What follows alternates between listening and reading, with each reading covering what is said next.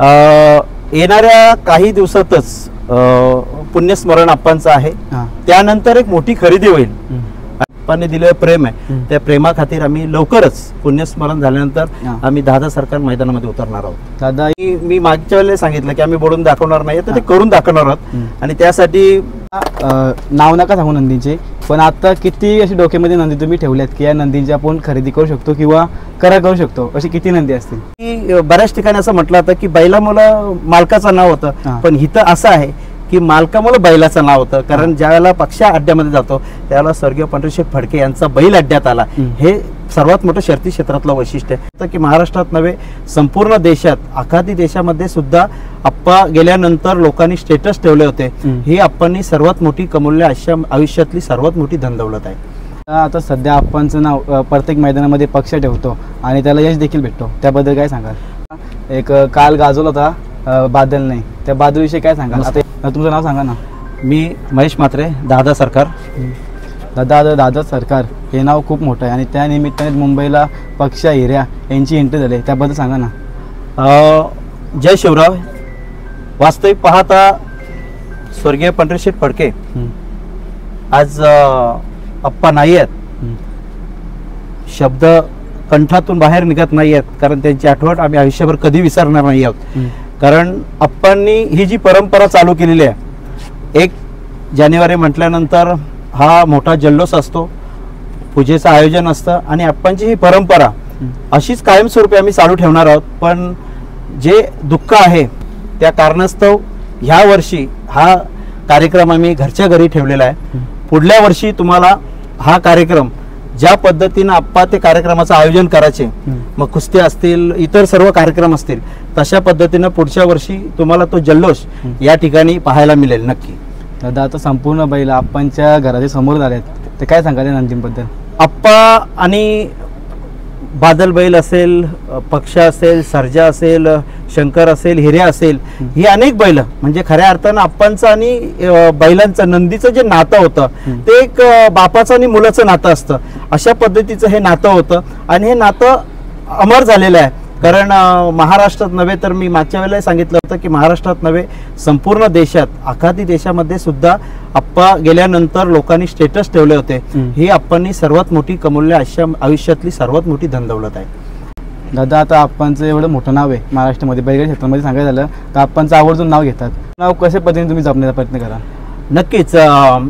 आप्पांनी ज्या पद्धतीनं समाजाशी एक वेगळी नाळ जोडली होती की आप्पांच्या समोर येणारा, मग तो ऑफिसमध्ये येऊ दे, घरी येऊ दे, अन्यथा महाराष्ट्राच्या कानाकोपऱ्यात कुठेही आप्पांना भेटणारा माणूस तो कधीही खाली हात गेला नाहीये. त्या अनुषंगानं आम्ही दादा सरकार भविष्यामध्ये ती परंपरा आम्ही चालू ठेवू. मग गोरगरीब जनता असेल किंवा अन्यथा ज्या ज्या क्षेत्रात आप्पांनी सरळ हाताने मदत केलेली आहे त्या पद्धतीची मदत आम्ही अवश्य भविष्यामध्ये नक्कीच ती परंपरा आम्ही आप्पांची सुरू ठेवणार आहोत. दादा आप्पांचं नेहमी दरवर्षी मुंबईचा खेळ चालू झाला की कोणती ना कोणती नवीन खरेदी असायचीच, तर तुमचे कशी काही वाट चालू आहे त्याबद्दल? येणाऱ्या काही दिवसातच पुण्यस्मरण आप्पांचं आहे. त्यानंतर एक मोठी खरेदी होईल आणि ती खरेदी मी मागच्या वेळेला सांगितलं की आम्ही बोलून दाखवणार नाही, तर ते करून दाखवणार आहोत. आणि त्यासाठी आमचे नियोजनकाराचे जे बादशाह आहेत, म्हणजे ज्यामध्ये आपण जर आता रायगडचा विचार केला तर आमचा नरेश दादा पाटील असेल, सुरेश दादा असेल, आमचे तुषार भावडे असेल, गोट्यावळेकर असेल जे पुण्याचे आहेत, आमची संपूर्ण रामोसवाडीची टीम असेल, आमचा बारीक ड्रायव्हर असेल, आमचा सलगरी किंग परसू ड्रायव्हर असेल, यांच्या सर्वांच्या सल्ल्यानुसार दादा सरकार येणाऱ्या थोड्याच दिवसामध्ये फार मोठी खरेदी आपल्याला ती पाहायला मिळेल. दादा मी बघायचो आप्पा पण म्हणजे गोरगरिबांच्या बैलाला योग्य ती किंमत द्यायची आणि त्याच प्रकारे तुम्ही पण मोठी किंमत करूनच खरेदी करता. मग नक्की काय विषय आहे नक्की यांचा? नक्की आप्पांच्या मनामध्ये एक असा विषय असायचा की आप्पा ज्यावेळेला एखाद्या बैलाची खरेदी करायचे त्यावेळेला आप्पा ज्यावेळेला जायचे ते शेतकऱ्याच्या घरी, त्यावेळेला मधला एखादा माणूस जो आप्पांना बैल खरेदी करून द्यायचा तो आप्पांना नेहमी म्हणायचा की आप्पा तुम्ही बैलापेक्षा जास्त पैसे त्यांना देता. त्यावेळेला आप्पांच्या मुखातून एकच शब्द निघायचे की हे जे पैसे चाललेत ते त्या शेतकऱ्याच्या घरामध्ये एखाद्या त्याच्या मुलीचं लग्न होईल, एखाद्या मुलाचं लग्न होईल, त्याची एखादी कुठे जमीन जर गहाण पडली असेल तर त्या पैशाने तो सोडवेल, यासाठी ही एक मदत म्हणून आपण त्याला हे एक्स्ट्रा रक्कम देतोय. हे आपणचं एक फार मोठं वैशिष्ट्य होतं. दादा आता सध्या आपणचं नाव प्रत्येक मैदानामध्ये पक्ष ठेवतो आणि त्याला यश देखील भेटतो, त्याबद्दल काय सांगाल? नक्कीच पक्ष म्हटल्यानंतर दादा सरकारचं काळीज आहे. अर्थातच बादल बद्दल आम्ही काय म्हणणार, सर्व बैल ज्या ज्या वेळेला ही मैदानात उतरतात, पक्ष असेल, हिऱ्या असेल, शंकर असेल, ही सर्व बैल ज्यावेळेला मैदानात उतरतात त्यावेळेला आज पक्षानं एक ओव्हरटेक किंग म्हणून एक महाराष्ट्रात एक वेगळी ओळख निर्माण केली आणि महाराष्ट्राच्या टॉप 10 जी बैल आहेत त्यामध्ये एक आपली जागा निर्माण करून दिली. आणि ज्या वेळेला पक्ष मैदानात जातो त्यावेळेला कसं असतं, आपण नेहमी म्हणतो की बऱ्याच ठिकाणी असं म्हटलं होतं की बैलामुळं मालकाचं नाव होतं, पण इथं असं आहे की मालकामुळे बैलाचं नाव होतं. कारण ज्या वेळेला पक्ष अड्ड्यामध्ये जातो त्यावेळेला स्वर्गीय पंढरीशेठ फडके यांचा बैल अड्ड्यात आला, हे सर्वात मोठं शर्ती क्षेत्रातलं वैशिष्ट्य आहे. आणि पक्ष ज्या पद्धतीनं पळतोय या कमी वयामध्ये, फार लहान वय आहे, अदातमध्ये त्यांनी गुलाल घेतलेत आणि नाव केलं, याचा आम्हाला सार्थ अभिमान आहे. दादा एक काल गाजवला होता बादल नाही, त्या बादलविषयी काय सांगाल? आता येणार बादलचं पुढचं नियोजन कसं काय असेल? बादल आणि आप्पा ही दादा सरकारची आन बान शान आहे. दादा सरकारचा तो आत्मा आहे. म्हणजे आज दादा सरकारचा कुठलाही सदस्य असेल महाराष्ट्रातील, तो बादलचं नाव घेतल्याशिवाय म्हणजे त्याला करमत नाहीये. कारण त्यांनी जी कारकीर्द कमवलेली आहे. आणि आपणचं एक वैशिष्ट्य होतं की बैल जर पाठीमागे वाड्यावर असतील तर आप्पा सकाळी 5 वाजता बैलाजवळ चालणार. बैल जर घाटावर असतील तर आप्पा हप्त्यातून एक वेळा तरी दर हप्त्यात बैला बघण्यासाठी आप्पा तिथे जात होतं. म्हणजे आप्पांची आणि या नंदीची, हा शंकराचा नंदी आहे, त्यांची जी नाल होती ना की आप्पा ज्यावेळेला भगवंताच्या चरणी पाया पडायला जायचे ना त्यावेळेला सुद्धा बादलचं नाव त्यांच्या मुखात असायचं. एवढं प्रेम आप्पांचं आणि या बैलाचं नातं होतं. आता बादलचं कसं काय म्हणजे नियोजन आणि संभाळणी कशी चालू आहे? आता जर तुम्ही बादलची संभाळणी बघितली तर आपण अनेक बैल बघतो, पण बादलची जी पोझिशन आहे की एक मैदानामध्ये उतरल्यानंतर पैलवान कशा पद्धतीने दिसतो त्याचं सर्व श्रेय मी नरेश दादा पाटील जे आमचे आहेत, जे रायगडचे आमचे नियोजनकार आहेत शर्तींच्या क्षेत्रातले, त्यांचा एक उत्तम नियोजन आहे. आणि त्याचा खुराक कशा पद्धतीनं तो कुठला खुराक खातोय, तो प्रत्येक हप्त्याला प्रत्येक महिन्याला तो खुराक चेंज करत असतो. तो आजारी आहे काय नाही ते त्याला लगेच समजतो. त्यामुळे आज तुम्ही बघितलं तर एक पैलवानाची जी फिटनेस असते तशा पद्धतीची फिटनेस आज त्याच्याकडे आपल्याला पाहायला मिळते. दादा तुम्ही बैल क्षेत्रामध्ये आले, खूप जण वाट बघत होती या क्षेत्रामध्ये यायची, आणि तुम्ही आल्यानंतर तुम्हाला किती लोकांनी प्रसिद्धीने काय कॉल केले?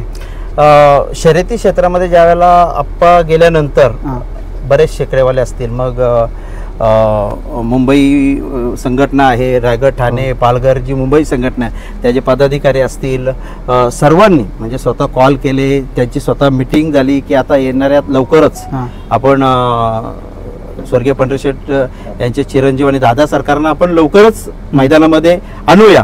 तशा पद्धतीने घाटमाथ्यावर सुद्धा जी मंडळी आहेत महाराष्ट्राच्या कानाकोपऱ्यातील, मग औरंगाबाद असेल, जालना असेल, शिर्डी, नाशिक या सर्व ठिकाणून फोन आलेत.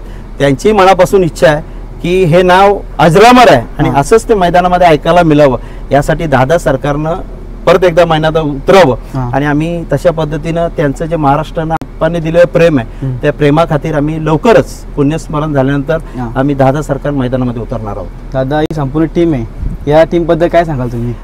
ही जी टीम आहे ना, ह्या टीमचं वैशिष्ट्य आहे की एक परिवार असतो आणि जुन्या काळामध्ये कुटुंब प्रमुख हा दिवसातून एक वेळ तरी घरामध्ये कुटुंबाला एक वेळ एकत्र जेवण करायला सांगायचं. तशा पद्धतीनं आमचे गुरुनाथ शेठ फडके असतील, हे प्रत्येक जे सदस्य आमचे मेंबर्स आहेत दादा सरकारचे, त्याची प्रत्येकाची दर दिवशी स्वतःहून विचारपूर्वक असतात कोण कुठे आहे, काय चाललंय काय नाही. म्हणजे वडील जो आप्पांनी चालवला होता वारसा, तो वडील वारसा कशा पद्धतीने असावा याचं ज्वलंत उदाहरण आपल्या समोर आहे, ते म्हणजे गुरुनाथ शेठ फडके. दादा नाव नका सांगू नंदींचे, पण आता किती अशी डोक्यामध्ये नंदी तुम्ही ठेवल्यात की या नंदींची आपण खरेदी करू शकतो किंवा करा करू शकतो, अशी किती नंदी असतील? नाही म्हणजे बघा कसं असतं माहिती आहे का, आज महाराष्ट्रामध्ये अनेक नंदी पळतात. आज एखाद्या बैलाचं नाव घेतलं तर दुसऱ्या बैलाचं किंवा त्या मालकाचा अपमान होऊ नये हा. यासाठी आपण कुणाचंही नाव घेणार नाहीये. नाव नाही पण घेणार. जो योग्य वेळ येईल हा. त्यावेळेला त्या बैलाची खरेदी अवश्य होईल. अवश्य होईल, कारण की भरपूर जण वाट बघतात नवीन खरेदीची आणि तुम्ही अशा प्रकारे करताच होता. पण आता बहुतेकांची अशी इच्छा आहे की कोणतरी एक मोठा नंदी यावा दावणीला. नक्कीच मी सांगितलं आता की नंदी 100% हां येणार.